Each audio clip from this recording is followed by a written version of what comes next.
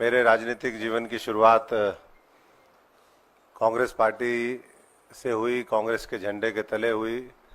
और छात्र जीवन से हमने शुरुआत करी। और पिछले कुछ महीने मैं भारतीय जनता पार्टी में था, लेकिन जिस तरीके का माहौल देखा पिछले कुछ महीने में, मैं समझता हूं कि बहुत से मुद्दे ऐसे हैं जिसको लेकर के आहत भी हुए और जो एक बाबा साहब के प्रति, संविधान के प्रति जिस तरह की आस्था होनी चाहिए थी, वो मुझे लगता है कि वहाँ नहीं है। और दूसरी तरफ राहुल गांधी जी देश के अंदर देश को जोड़ने के लिए बाबा साहब का दिया हुआ संविधान कैसे मजबूत हो, उसके माध्यम से लोगों को अधिकार कैसे मिले, आरक्षण कैसे जिन वर्गों के लिए, चाहे वो दलित हों, पिछड़े हों, उनको उसका संपूर्ण लाभ मिले और देश की तरक्की में, देश की खुशहाली में उनकी भी बड़ी भूमिका हो, ये हमेशा उन्होंने सपना देखा। जबकि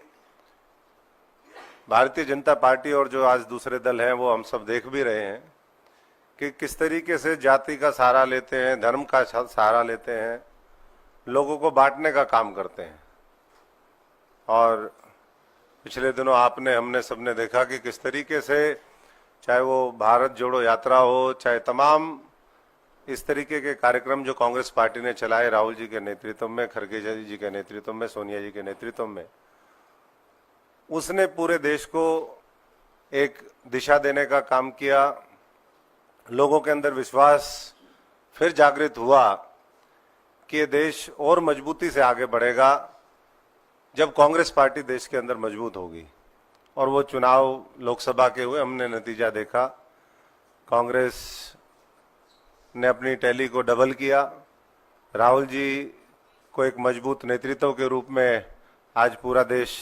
चाहता भी है और मानता भी है। और हरियाणा भी आज उसी दिशा में आगे बढ़ रहा है कि किस तरीके से आज हरियाणा के अंदर, क्योंकि एक तरफ जम्मू कश्मीर के चुनाव है, दूसरी तरफ हरियाणा के हैं, लेकिन मैं हरियाणा की बात करूंगा क्योंकि हरियाणा से संबंध भी है और हम पूरी तरीके से चुनावी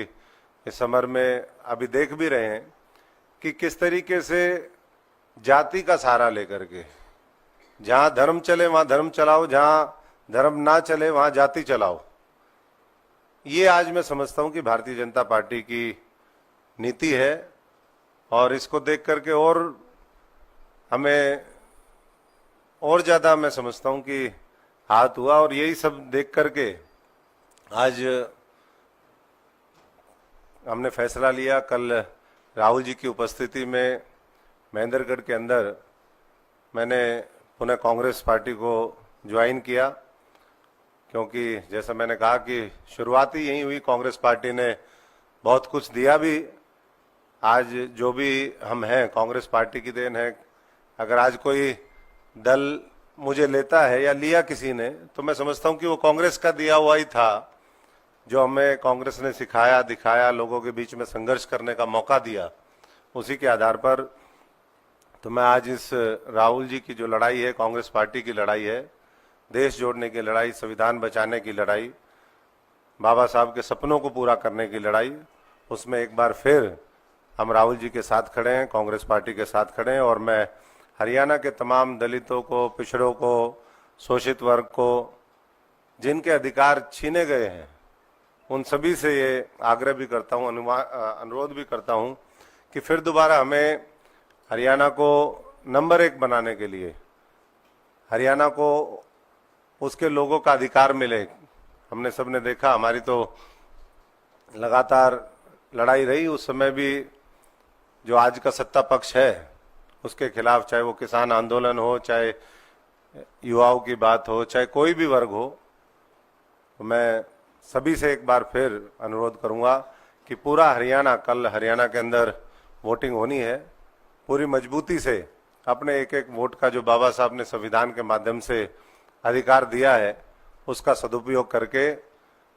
एक बड़ा जनादेश पूरे देश में जिसका मैसेज आए, पूरे दुनिया में मैसेज आए, ऐसा जनादेश देने का काम करें, क्योंकि ये हरियाणा वीरों की धरती है, पहलवानों की धरती है, जवानों की धरती है। और जब हरियाणा कोई चीज सोच लेता है तो मैं समझता हूं कि करके दिखाता है। पिछले लोकसभा चुनाव में भी वही हुआ और इस बार बहुत बड़े बहुमत के साथ एक बार फिर हरियाणा में कांग्रेस की सरकार बनेगी। सबका धन्यवाद।